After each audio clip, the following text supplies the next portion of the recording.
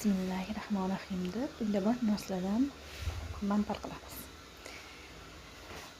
Piyoz, go'sht, mana chesnok, sabzi, kartoshka, perasan bo'lishi kerak edi. Perasim qolmabdi. Uyda bor narsalarimiz shu ekan. Keyin tayyor makizli manpari bor edi. O'shandan manpar qilamiz. Piyoz solamiz, qovuramiz. Yog'dan bu yog'dan aylantirib, o'rgiltirib, qizartirib olamiz ozgina. Gazlarimga ahamiyat bermaymiz. Bolka qilishim kerak bugun kech payt. Shunaqa qilib mana go'sht solamiz. Aralashtiramiz, uni ham qovuramiz. Go'shtim ham bitta suya qolgan ekan. Kichkina go'sht bilan shuni sovordim. Oraga baraka. Og'zig'orda bor bekorga ketilmayapti.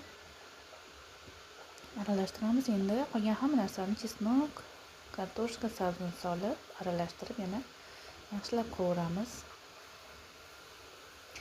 Qovuramiz, yaxshilab qovuramiz. Yana qovuramiz, yana qovuramiz. Birinchi marta video olishim. Menga hayron bo'lmaysizlar, xafa ham bo'lmaysizlar. Amalladim. Shunaqa qilib, qovurib yaxshilab, hamma biladi buni. Qovuramiz yaxshilab. Keyin tuz ta'mga ko'ra suv solib qaynatamiz. Bo'ldi. Qaynab chiqqandan keyin men lag'moni pripravasidan bor edi. O'shandan soldim. Ozgina mana ko'rsatyapman. Mana men soladigan makiz manparimiz. Ovqat qaynab chiqadi. Qaynab chiqqandan keyin yarim soat, 1 soat qaynatamiz yaxshilab. 1 soat qaynadi mana ovqatim. 1 soatdan keyin o'rtada perikus qilib olganman. O'rnim ochib ketdi. Shunaqa qilib ovqatim qaynagandan keyin 1 soat qaynatdim. Keyin manpardan endi o'zingizlar chamalab qancha solsam soldim deb ovqatimga moslab qaynatdim.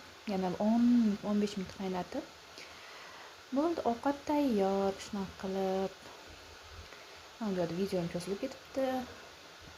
Mana endi qaynadi videoda, mana уже pishdi ham. Bu manpar endi solganim, bu pishganda bilasizlar yana ko'ttayadi, ishadi xamir. Shunaqa qilib manpar bugun uyda bor narsalardan manpar degan manpar. Endi manparmi, nima u endi? Manpar solgandan keyin manpar deyapman. Shunaqa gaplar.